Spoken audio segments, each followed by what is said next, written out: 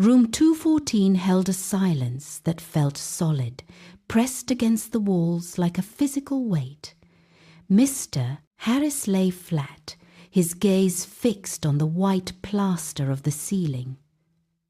The heart monitor measured his existence in steady, mechanical pulses, a rhythm that did not change even as the shadows in the room lengthened. Days bled into one another without a single knock at the door or the ring of a phone to break the monotony. By the third week, the stillness became harder to endure than the pain in his chest. Evening light dimmed until the room turned grey.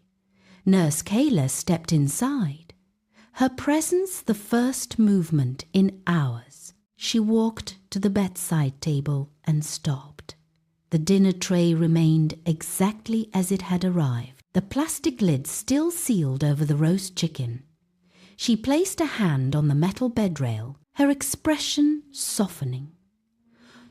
"You have not eaten today, Mr. Harris," she said. He turned his head slowly, tracking the movement of a dust mote in the stale air. His voice was thin, barely rising above the hum of the machines. "Food tastes like nothing when you eat alone," he replied. He turned his face back toward the window, leaving the tray untouched and the silence to settle once more. The next afternoon, the door swung open with a sharp click that startled the room into life. A young man named Ben stepped inside, his movements brisk and purposeful. He tucked a folding wooden board under his arm and pulled a chair directly to the bedside. He did not wait for an invitation. He set the board down on the narrow table, the wood creaking as he levelled it. "I heard you were a chess champion back in the day," Ben said, his voice cutting through the stale air. Mr. Harris shifted his weight, his eyes landing on the stark black and white squares. The sight felt like a sudden intrusion of a forgotten life. "That was a long time ago," he whispered, his gaze drifting away. Ben did not retreat. He opened the board, the hinges snapping into place, and pushed a white pawn forward toward the center. "Teach me, then," Ben challenged.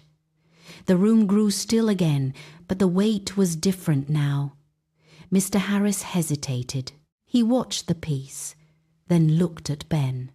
Slowly he reached out a trembling hand. His fingers hovered for a second before he gripped his knight. He set it down on the board. The click of plastic against wood sounded like a gunshot in the quiet room. A tiny spark of interest flickered in his eyes. For the first hour, the room held only the rhythmic clicking of plastic pieces. By the third day, the air in room 214 had shifted entirely. The heavy, stagnant stillness was gone, replaced by the sharp, focused energy of a game in progress. Mr. Harris began to talk about his life, his voice gaining strength and resonance with every completed match. He no longer stared at the ceiling. Now he leaned forward, his back muscles straining as he sat upright to reach the board. His appetite returned alongside his competitive drive. He began finishing the meals he once ignored. Each move was a calculated effort, a physical manifestation of his will to win. He navigated the board with increasing speed, his hands steadying as he anticipated the next sequence. The presence of another person acted as a catalyst, pulling him back from the edge of withdrawal. He was no longer just a patient waiting for his next medication. He was a strategist, a player, a man fully present in the moment. The room felt lighter, the walls less oppressive, as the game became the center of his world.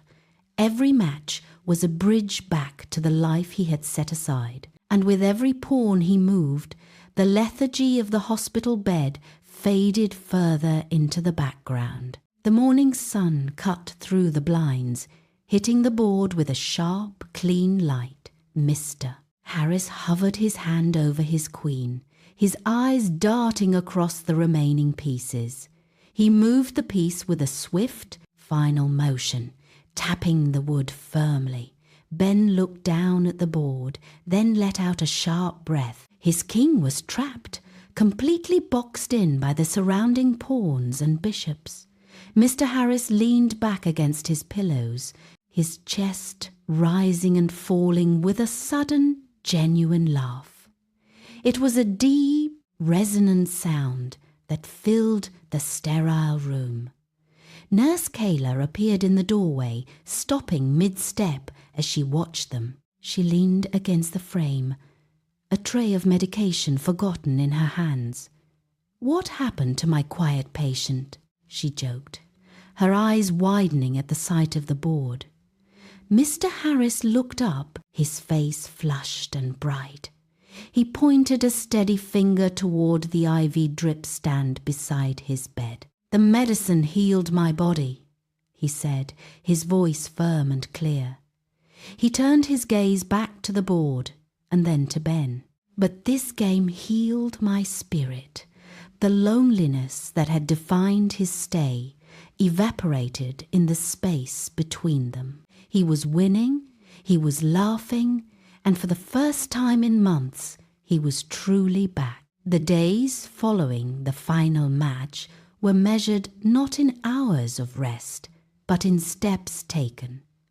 Mr. Harris pushed his feet onto the cold floor and stood, gripping the metal bed frame until his knuckles turned white. He took one step, then another, his legs steadying as he moved toward the open doorway. The hallway stretched out before him, no longer a sterile tunnel of isolation, but a path back to the world. He walked the length of the ward, his stride lengthening with every pass. He nodded to the nurses, his voice firm as he offered a greeting. The weight of his illness had been replaced by the rhythm of movement. When the morning of his discharge arrived, he packed his few belongings and walked toward the sliding glass doors.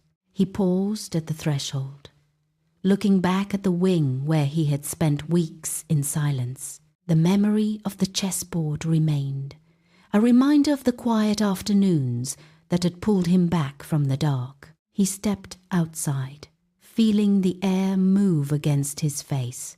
He left the building not just with a clean bill of health, but with the certainty that the presence of another person was the most powerful medicine he had ever received. He was walking out, and for the first time, he knew he was never truly alone.